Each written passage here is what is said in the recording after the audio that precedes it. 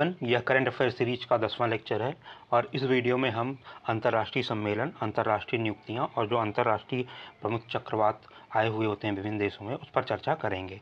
जो हमारी परीक्षा आने वाली हैं, चाहे 67 बीपीएससी प्रीलिम्स हो या यूपीटीपीएससी की प्रारंभिक अहर्ता परीक्षा हो, यूपीपीसीएस की आरओ हो, इन सभी परीक्षाओं के लिए ये बहुत ही उपयोगी वीडियो होने जा रहा है। ठीक है साथियों, तो आइए शुरू करते हैं। देखिए, अंतर्राष्ट्रीय सम्मेलन से शुरू करेंगे। तो पहला I2U2 शिखर सम्मेलन, पहला I2U2 शिखर सम्मेलन, ये जो है I2U2 क्या है?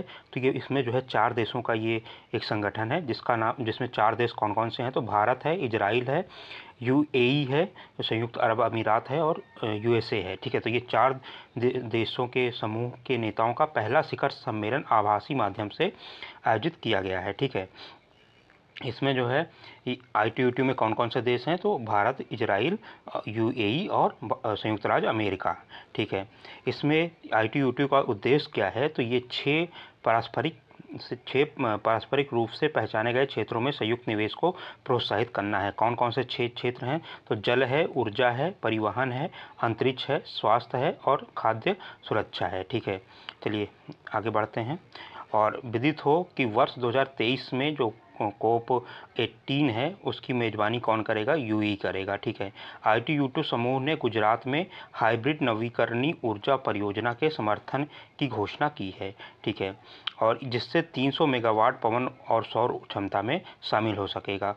ठीक है, भारत जो है 2030 तक 500 गीगावाट गैर जीवाश्म ईंधन या नवीकरणीय ऊर्जा क्षमता प्राप्त करने का लक्ष्य में योगदान करेगा। ठीक है, आगे बढ़ते हैं अगली न्यूज़ की ओर। तो अगली न्यूज़ है 48वां G7 शिखर सम्मेलन। ठीक है, 48वां G7 शिखर सम्मेलन कहाँ पे जो है आयोजित किया गया था? तो 26 से 28 जून 2022 के बीच जर्मनी की अध्यक्षता में जो है 48वां G7 शिखर सम्मेलन का आयोजन शॉस एलमाउ बेवेरियन अल्प्स जर्मनी में आयोजित किया गया था। ठीक है, जो है जो G7 शिखर सम्मेलन है, इसका पहला 1978 में बॉन शिखर सम्मेलन में जर्मनी ने G7 की अध्यक्षता की थी।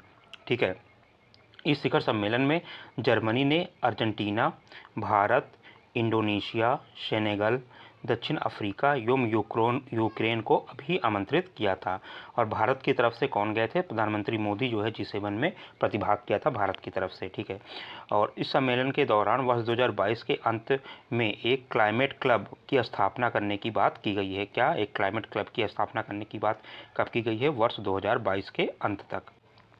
G7 देशों ने वर्ष 2035 तक कार्बन रहित विद्युत आपूर्ति के लक्ष्य को प्राप्त करने के प्रति प्रतिबद्धता व्यक्त की है। G7 समूह में कौन कौन से देश हैं? तो जर्मनी आता है, कनाडा आता है, फ्रांस आता है, इटली है, जापान, यूके, यूनाइटेड किंगडम और संयुक्त अरब अमीरात। ठीक है, इसके अतिरिक्त यूरोपियन संघ भी इसमें शामिल किया जाता है। 2023 का जो G7 सम्मेलन है वो कहाँ आयोजित किया जाएगा? तो जापान में आयोजित किया जाएगा। ठीक है, 14वां ब्रिक्स शिखर सम्मेलन, तो इसकी मेजबानी जो 14वां ब्रिक्स शिखर सम्मेलन है ये 23-24 जून 2022 में आयोजित किया गया था। कहाँ? चीन ने इसकी मेजबानी किया था। ठीक है, वर्चुअल प्रारूप में ये आयोजित किया गया था। इस सम्मेलन की अध्यक्षता चीन के राष्ट्रपति शी जिनपिंग द्वारा की गई थी। इसका केंद्रीय विषय क्या था? जो ब्रिक्स सम्मेलन आयोजित किया गया था 14वां, उसका जो है केंद्रीय विषय था उच्च गुणवत्ता वाली ब्रिक्स साझेदारी को बढ़ावा देना, वैश्विक विकास हेतु नए युग की शुरुआत। ठीक है, उच्च गुणवत्ता वाली वैश्विक साझेदारी को बढ़ावा देना और वैश्विक विकास हेतु नए युग की शुरुआत जो है इस शिखर सम्मेलन का केंद्रीय विषय था। ठीक है, और इस शिखर सम्मेलन में ब्रिक्स नेताओं ने बीजिंग घोषणा पत्र को अंगीकृत किया। कौन सी घोषणा पत्र को? बीजिंग घोषणा पत्र को अंगीकृत किया है। ठीक है, 2023 के ब्रिक्स की अध्यक्षता कौन करेगा? तो 2023 में ब्रिक्स की अध्यक्षता दक्षिण अफ्रीका करेगा। ठीक है, 2023 में जो 15वां ब्रिक्स शिखर सम्मेलन होगा वो उसकी अध्यक्षता कौन करेगा?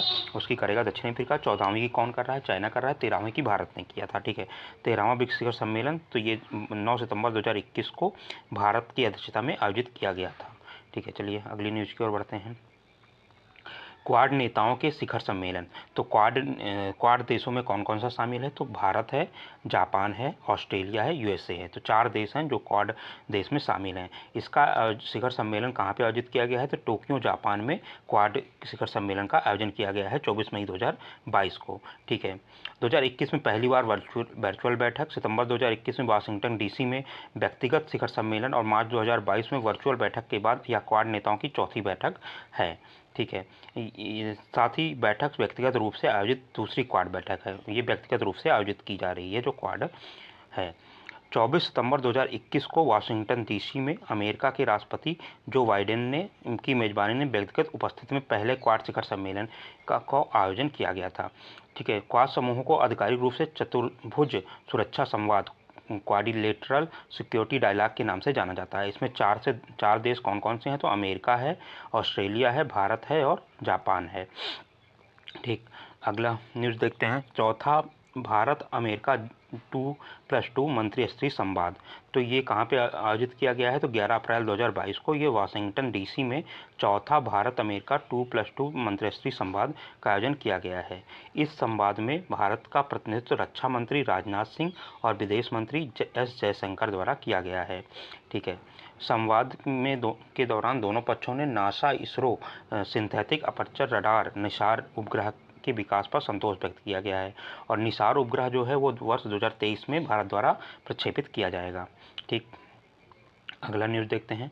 तो 5वां बिम्स्टेक शिखर सम्मेलन, इसका आयोजन जो है 20 मार्च 2022 को प्रधानमंत्री नरेंद्र मोदी ने बिम्स्टेक का फुल फॉर्म क्या है? बंगाल की खाड़ी बहुक्षेत्रीय तकनीकी और आर्थिक सहयोग, bay of Bengal initiative for multi sectoral technical economic and cooperation, BIMSTEC के 5वें शिखर सम्मेलन में भाग लिया गया है। ठीक है।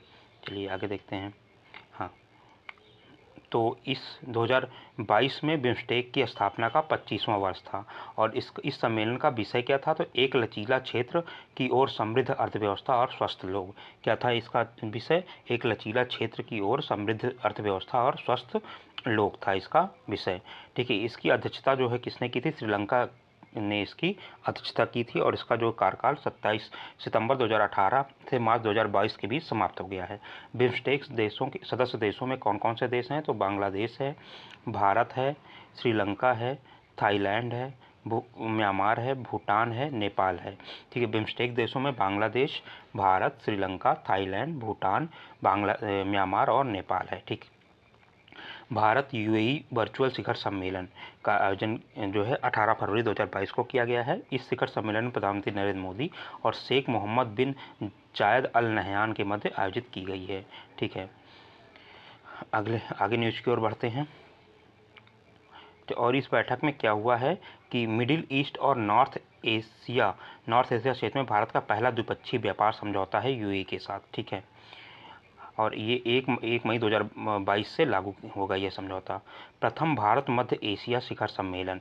तो 27 जनवरी 2022 को डिजिटल माध्यम से भारत मध्य एशिया शिखर सम्मेलन का आयोजन भारत की मेज़बानी में संपन्न हुआ। किसकी मेज़बानी? भारत की मेज़बानी में पहला भारत मध्य एशिया शिखर सम्मेलन संपन्न हुआ है। इसमें भारतीय प्रधानमंत्री के अतिरिक्त Kazakhstan, Kyrgyzstan, Tajikistan, Turkmenistan, Uzbekistan के राष्ट्रपतियों ने हिस्सा लिया है। ठीक है। और इस भारत मध्य एशिया शिखर सम्मेलन के दौरान दिल्ली घोषणा पत्र जारी किया गया है। चलिए आगे बढ़ते हैं। भारत मध्य एशिया शिखर सम्मेलन वर्ष 2024 में आयोजित किया जाएगा। अगला जो है भारत और मध्य एशिया शिखर सम्मेलन कब होगा? 2024 में होगा। 21वां भारत रूस वार्षिक शिखर सम्मेलन 6 दिसंबर 2021 को 21वां भारत रूस वार्षिक शिखर सम्मेलन का आयोजन किया गया है। ठीक है। और इसका आयोजन कहाँ किया गया है? तो इसका आयोजन जो है नई दिल्ली में किया गया है। ठीक। और इसमें कुल जो है भारत और रूस के बीच कितने 28 समझौतों पर हस्ताक्षर किए गए हैं। ठीक। फिर जो है 21वां भारत रूस शिखर सम्मेलन के अतिरिक्त पहली बार दोनों देशों ने 2+2 मंत्रिस्तरीय वार्ता का आयोजन किया गया है। इसमें जो है 2+2 जो मंत्रिस्तरीय वार्ता है उसमें दोनों देशों के रक्षा मंत्री और विदेश मंत्री शामिल हुए थे। भारत जो है रूस के अतिरिक्त अमेरिका, जापान और ऑस्ट्रेलिया के साथ 2+2 मंत्रिस्तरीय वार्ता आयोजित करता है। 22वें भारत रूस शिखर सम्मेलन का आयोजन 2022 में रूस में आयोजित किया जाएगा। ठीक है। 26वां संयुक्त राष्ट्र जलवायु परिवर्तन शिखर सम्मेलन 2021। तो इसका जो है आयोजन 31 अक्टूबर 2021 से 13 नवंबर 2021 के मध्य जो है 26वां संयुक्त राष्ट्र जलवायु परिवर्तन शिखर सम्मेलन UNFCCC COP26 का आयोजन किया गया। इसका आयोजन कहाँ किया गया? स्कॉटलैंड UK के ग्लासगो में इसका आयोजन किया गया। और COP26 का आयोजन UK द्वारा इटली की साझेदारी में किया गया था। ठीक, और इसमें भारतीय मूल के ब्रिटिश आलोक शर्मा को COP26 का अध्यक्ष थे। कौन? भारतीय मूल के जो आलोक शर्मा हैं वो जो है COP16 के अध्यक्ष नियुक्त किए गए थे। और भारत की तरफ से COP16 में कौन भाग लिया था? तो प्रधानमंत्री नरेंद्र मोदी जी जो है COP16 में भाग लिए थे। ठीक, और प्रधानमंत्री ने COP16 में COP26 में पंचामृत का मंत्र दिया था। पंचामृत क्या है? तो इसमें 5 जो है प्रतिबद्धताएं हैं। भारत ने विश्व के समक्ष 5 प्रतिबद्धताएं की हैं। तो वो कौन कौन सी प्रतिबद्धताएं हैं? वर्ष 2030 तक भारत की गैर जीवाश्म ऊर्जा क्षमता, मतलब जो नवीकरणीय ऊर्जा है, न्यूएबल जो नवीकरणीय ऊर्जा क्षमता है, उसको जो है 500 गीगावाट तक ले जाना है। ठीक है, 2030 तक भारत की 50% ऊर्जा आवश्यकताओं को अक्षय ऊर्जा के माध्यम से पूरा करना। क्या करना है? 2030 तक जो है 50% ऊर्जा आवश्यकताओं को अक्षय ऊर्जा से पूरा करने का लक्ष्य है। ठीक है, तीसरा क्या है? तीसरा लक्ष्य क्या है? तो तीसरा लक्ष्य है 2030 तक भारत अपनी अर्थव्यवस्था की कार्बन तीव्रता, कार्बन इंटेंसिटी को 45% से भी कम करेगा। कार्बन तीव्रता को भारत 45% से भी कम करेगा। चौथा क्या है? भारत वर्तमान से लेकर वर्ष 2030 तक कुल अनुमानित कार्बन उत्सर्जकों में 1 बिलियन टन की कटौती करेगा। वर्ष 2070 तक भारत द्वारा शुद्ध शून्य कार्बन उत्सर्जन की प्राप्ति का लक्ष्य रखा है। ठीक है, 2070 तक भारत द्वारा शुद्ध शून्य कार्बन उत्सर्जन की प्राप्ति का लक्ष्य रखा है। 2026 के दौरान COP26 के दौरान UK, Bharat, Australia, Fiji, Jamaica और मॉरिशस द्वारा संयुक्त रूप से IRIS लॉन्च किया गया है। IRIS का पूरा नाम क्या है? तो infrastructure for resilient island state. IRIS का पूरा नाम क्या है? तो infrastructure for resilient island state है। यह छोटे द्वीपी विकासशील देशों हेतु एक समर्थित पहल है। क्या है? छोटे द्वीपी विकासशील देशों हेतु एक समर्थित पहल है।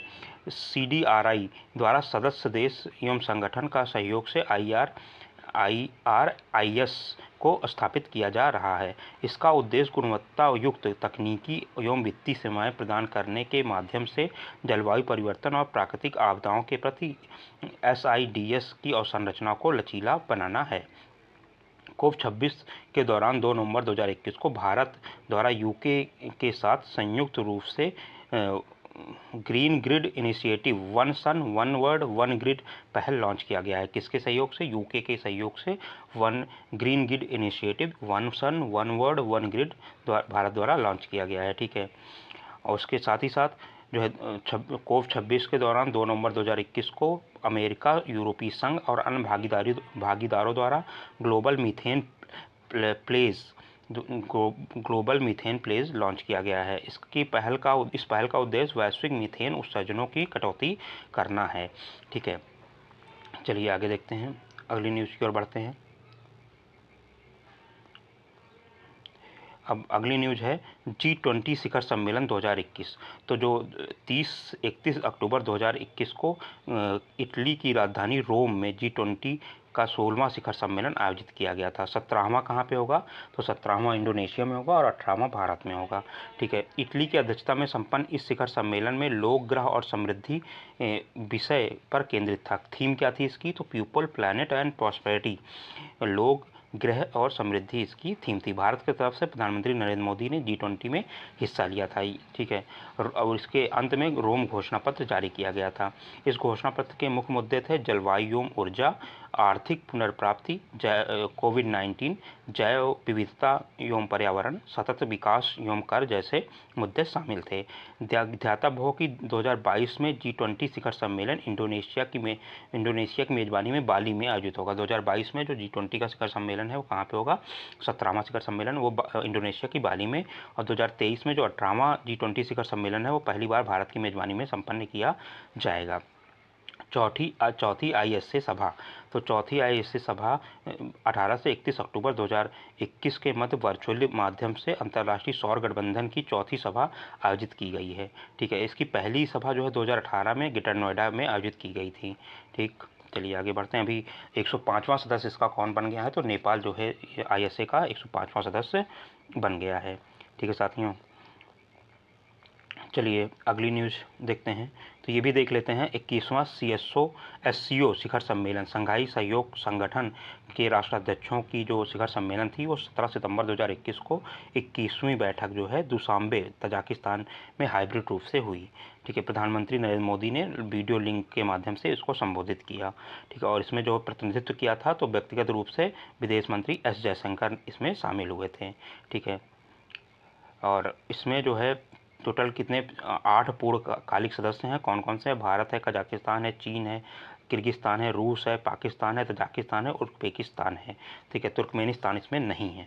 ठीक है, अभी जो है 8वां सदस्य कौन बन गया है? तो 21वें SCO शिखर सम्मेलन के अंत में 8 पूर्वकालिक सदस्यों के नेताओं ने ईरान को जो है CSO का जो है स्थायी सदस्यता प्रदान की है। ठीक है, और भारत और पाकिस्तान 2017 में इस संगठन के सदस्य बने थे। अब देखते हैं अंतर्राष्ट्रीय नियुक्तियां, प्रमुख नियुक्तियां। तो श्रीलंका के नए राष्ट्रपति के रूप में रानिल विक्रमसिंघे ने पदभार ग्रहण किया है। तो इसमें क्या हुआ था? श्रीलंका में राजनीतिक संकट चल रहे हैं, जिसके कारण जो है गोटाबाया राजपक्षे के राजनीतिक पद से इस्तीफे के बाद जो है क्या हो गया है, राजनीतिक शून्यता को खत्म करने के लिए कौन बने हैं? रानिल विक्रमसिंघे श्रीलंका के नए राष्ट्रपति बने हैं। 21 जुलाई को इन्होंने राष्ट्रपति पद का पदभार ग्रहण किया है। इजराइल के नए प्रधानमंत्री। तो इजराइल के नए प्रधानमंत्री कौन बन गए हैं? यायर लापिड जो है इजराइल के नए प्रधानमंत्री बन गए हैं। हांगकांग के नए मुख्य कार्यकारी तो जॉन ली ने हांगकांग के नए मुख्य कार्यकारी अधिकारी का पदभार ग्रहण किया है 1 जुलाई को। जॉन ली ने हांगकांग के नए मुख्य कार्यकारी अधिकारी का पदभार ग्रहण किया है। कोलंबिया में राष्ट्रपति चुनाव किया गया है। तो इसके जो है ऐतिहासिक समझौता गठबंधन के उम्मीदवार गुस्तावो पेत्रो ने सर्वाधिक 50.42% मत पाकर जो है जीत हासिल की है और ये देश के नए राष्ट्रपति के रूप में निर्वाचित हुए हैं। ये कोलंबिया के पहले वामपंथी राष्ट्रपति हैं। ठीक है, चलिए अगली न्यूज़ की ओर बढ़ते हैं। तो ऑस्ट्रेलिया में नए प्रधानमंत्री कौन बन गए हैं? तो एंथोनी अल्बनीज जो है, जो कि लेबर पार्टी के हैं, वो ऑस्ट्रेलिया के नए प्रधानमंत्री बन गए हैं। ठीक है, संयुक्त अरब अमीरात के नए राष्ट्रपति तो शेख मोहम्मद बिन जायद अल नहयान संयुक्त अरब अमीरात के राष्ट्रपति के रूप में पदभार ग्रहण किया है 14 मई 2022 को। कौन जो है? मोहम्मद बिन जायद अल नहयान जो है संयुक्त अरब अमीरात के नए राष्ट्रपति बने हैं। फिलीपींस के राष्ट्रपति चुनाव तो 9 मई 2022 को फिलीपींस में राष्ट्रपति चुनाव संपन्न हुए, जिसमें फार्डिनेंड मार्कोस जूनियर जो है विजेता घोषित हुए। कौन है? फार्डिनेंड मार्कोस जूनियर जो है विजेता घोषित हुए हैं। कोस्टारिका में नए राष्ट्रपति बने हैं तो रॉड्रिगो चावेज जो है कोस्टारिका के 49वें राष्ट्रपति का पदभार ग्रहण किया है। फ्रांस में नई प्रधानमंत्री नियुक्त किए गए हैं तो एलिसाबेथ बोर्न फ्रांस की नई प्रधानमंत्री के रूप में पदभार ग्रहण किया है। ठीक है, इस पद पर पहुंचने वाली फ्रांस की प्रधानमंत्री बनने वाली वो दूसरी महिला हैं। ठीक, फ्रांस में राष्ट्रपति चुनाव हुए हैं तो 10 से 24 अप्रैल 2022 के बीच जो है राष्ट्रपति चुनाव आयोजित किए गए थे फ्रांस में, जिसमें इमैनुअल मैक्रोन ने जो है इस चुनाव को जीत लिया था और फ्रांस के जो है राष्ट्रपति बन गए थे। ठीक है, आगे देखते हैं। पाकिस्तान में सत्ता परिवर्तन हो गया है तो तहरीक इंसाफ पार्टी के प्रमुख इमरान खान ने 10 अप्रैल को संसद में अविश्वास प्रस्ताव पास होने पर प्रधानमंत्री पद से इस्तीफा दे दिया है। तो 10 अप्रैल को जो तहरीक इंसाफ पार्टी के प्रमुख थे इमरान खान ने, उन्होंने जो उनके खिलाफ अविश्वास प्रस्ताव जब पारित हो गया संसद में, पाकिस्तान की संसद में, तो उन्होंने जो है प्रधानमंत्री पद से इस्तीफा दे दिया है। अब जो नया गठबंधन के समर्थन से पाकिस्तान मुस्लिम लीग नवाज के अध्यक्ष शाहबाज शरीफ को पाकिस्तान का 23वां प्रधानमंत्री नियुक्त किया गया है। तो पाकिस्तान के 23वें प्रधानमंत्री कौन बने हैं? शाहबाज शरीफ। तुर्कमेनिस्तान के प्रधानमंत्री चुनाव, तुर्कमेनिस्तान में प्रधानमंत्री चुनाव हुआ है तो इसमें जो है सरदार वर्दी मुहामोदेव जो है जीत हासिल किया है और ये जो है तुर्कमेनिस्तान के प्रधानमंत्री नियुक्त किए गए हैं। हंगरी में राष्ट्रपति चुनाव हुआ है, तो 10 मार्च 2022 को हंगरी में राष्ट्रपति चुनाव आयोजित हुआ है और कैटलिन नोवाक देश की नई राष्ट्रपति के रूप में निर्वाचित हुई हैं और ये जो है देश की पहली महिला राष्ट्रपति बन गई हैं। कैटलिन नोवाक हंगरी की जो है पहली महिला राष्ट्रपति बनी है, कैटलिन नोवाक। दक्षिण कोरिया में राष्ट्रपति चुनाव, तो दक्षिण कोरिया में राष्ट्रपति चुनाव हुआ तो युन सुक योल जो है पीपुल्स पावर पार्टी जो है ने 48.56% मत के साथ जीत हासिल किया है और नए दक्षिण कोरिया के राष्ट्रपति बने हैं युन सुक योल। ठीक है, चलिए आगे देखते हैं, अगली न्यूज़ देखते हैं। अगली न्यूज़ है स्वीडन की में पहली महिला राष्ट्रपति प्रधानमंत्री, तो मैग्डेलेना एंडरसन जो है स्वीडन की पहली महिला प्रधानमंत्री नियुक्त की गई हैं। ठीक है, होंडुरास की पहली महिला राष्ट्रपति, तो जो है 28 नवंबर 2021 को होंडुरास में हुए आम चुनाव में सियोमारा कात्रो देश की पहली महिला राष्ट्रपति बनी हैं। होंडुरास की जो है पहली महिला राष्ट्रपति कौन बनी है, तो सियोमारा कात्रो। जापान में आम चुनाव संपन्न हुए हैं जिसमें जो है नवनिर्वाचित प्रधानमंत्री जापान आम चुनाव में जो है नवनिर्वाचित प्रधानमंत्री फुमियो किशिदा के नेतृत्व में लिबरल डेमोक्रेटिक पार्टी ने जो है जीत हासिल किया है। ठीक है, चलिए, और फिर से ये प्रधानमंत्री बन गए हैं, जो फुमियो किशिदा हैं प्रधानमंत्री पद पर बने रहेंगे। चलिए अगली न्यूज़ की ओर देखते हैं। ठीक, बारबाडोस के में पहला राष्ट्रपति चुनाव हुआ है, तो सेंड्रा मेसन जो है पहले राष्ट्रपति चुन लिए गए हैं और बारबाडोस की पहली महिला राष्ट्रपति बनने का गौरव हासिल किया है। कनाडा का जो संघीय चुनाव है उसमें जो वहाँ के प्रधानमंत्री हैं जस्टिन ट्रूडो ने उनकी पार्टी ने जीत हासिल किया है और दोबारा वो प्रधानमंत्री नियुक्त किए गए हैं। ठीक है, चलिए अगली न्यूज़ आगे बढ़ते हैं। तो अंतर्राष्ट्रीय जो आपदाएं आई हैं उस पर चर्चा हम करने जा रहे हैं। ठीक है, जापानी द्वीप क्यूशू पर ज्वालामुखी विस्फोट हुआ है। ठीक है, तो इस ज्वालामुखी का नाम क्या है, तो शकुराजिमा इसका नाम है। ठीक है, एक ज्वालामुखी का विस्फोट हुआ है क्यूशू द्वीप पर, उसका नाम क्या है, शकुराजिमा, और ये जापान का सबसे सक्रिय ज्वालामुखी में से एक है। टाइफून चांबा चीन के तट से टकराया है, टाइफून चांबा। ठीक है, फिर माउंट बुलूशन ज्वालामुखी, ये फिलीपींस के सोरसगोन प्रांत में स्थित बालूशन ज्वालामुखी में विस्फोट हुआ है। और जो है फिलीपींस के और कौन से ज्वालामुखी हैं, तो मेयोन है, ताल है, कनलाओ है, ये ज्वालामुखी चौथा, और मेयोन, ताल और कनलाओ ज्वालामुखी के बाद माउंट बुलूशन जो है चौथा सबसे सक्रिय ज्वालामुखी है, किसका, फिलीपींस का। फिर चक्रवात आसानी, ये 8 मई 2022 को बंगाल की खाड़ी में चक्रवात आसानी निर्मित हुआ था। ये आंध्र प्रदेश के मछलीपट्टनम और नरसापुरम के मध्य लैंडफॉल किया था। आसानी जो चक्रवात आसानी था इसका नाम श्रीलंका द्वारा सुझाया गया था। फिर दिसंबर 2021 में इसके पूर्व जो है दिसंबर 2021 में जावाद नामक चक्रवात भारत में लैंडफॉल किया था और जावाद किसने दिया था नाम, तो सऊदी अरब द्वारा दिया गया था। ठीक है, चलिए अगली न्यूज़ की ओर देखते हैं।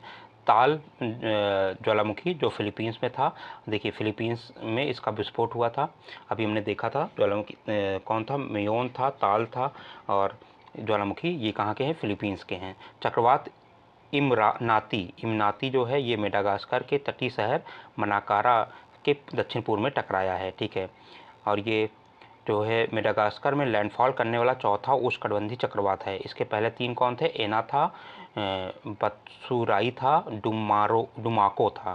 ठीक है, टोंगो में ज्वालामुखी विस्फोट हुआ है, तो 15 जनवरी 2022 को टोंगा के दक्षिणी प्रशांत द्वीप में एक बृहद ज्वालामुखी विस्फोट हुआ है और यह विस्फोट समुद्र के अंदर स्थित हुगा टोंगो नामक ज्वालामुखी में हुआ है। कौन सा, टोंगा नामक ज्वालामुखी में हुआ है। 1991 में फिलीपींस के माउंट पिना टाबू विस्फोट के बाद विश्व का सबसे बड़ा ज्वालामुखी विस्फोट है। ठीक है, तो ये विश्व का जो है माउंट पिना टाबू के बाद दूसरा सबसे जो है बड़ा ज्वालामुखी विस्फोट है। ठीक है, टोंगा द्वीप समूह रिंग ऑफ फायर में मौजूद है। टोंगा द्वीप समूह है वो कहाँ पे है? रिंग ऑफ फायर में मौजूद है। रिंग ऑफ फायर विश्व के कुल ज्वालामुखी विस्फोट का 75% और वैश्विक भूकंप का 90% के लिए उत्तरदायी होता है। ठीक है, चलिए अगली न्यूज़ को देखते हैं। पेरू में पर्यावरणीय आपातकाल लगा दिया गया है। क्यों किया गया है? 15 जनवरी 2022 को पेरू के समुद्री क्षेत्र में 6000 बैरल कच्चे तेल के रिसाव के परिणामस्वरूप 90 दिन के पर्यावरणीय आपातकाल की घोषणा कर दी गई है। ठीक है, अब माउंट समेरू ज्वालामुखी का विस्फोट हुआ है। तो ये माउंट समेरू ज्वालामुखी का विस्फोट कहाँ हुआ है? तो इंडोनेशिया के पूर्वी जावा प्रांत में माउंट समेरू का विस्फोट हुआ है। टाइफून राय जो है ये फिलीपींस के तट से टकराया है। ये एक सुपर टाइफून के रूप में वर्गीकृत किया गया था और सुपर टाइफून ओडेट के रूप में जाना जाता है। ये चक्रवात गुलाब, सितंबर 2021 में भारत के पूर्वी तट से चक्रवात गुलाब टकराया था और चक्रवात गुलाब का नाम पाकिस्तान द्वारा सुझाया गया था। ठीक है साथियों, इसी के साथ ये अंतर्राष्ट्रीय जो करंट अफेयर्स था उसकी घटना यहीं पे समाप्त होती है। अगले वीडियो में हम जो है आर्थिक परिदृश्य की जो घटनाएं हैं उस पर चर्चा करेंगे, जो कि 1 अक्टूबर 2021 से 15 अगस्त 2022 के बीच संपन्न हुई होगी। ठीक है साथियों, धन्यवाद। इसी के साथ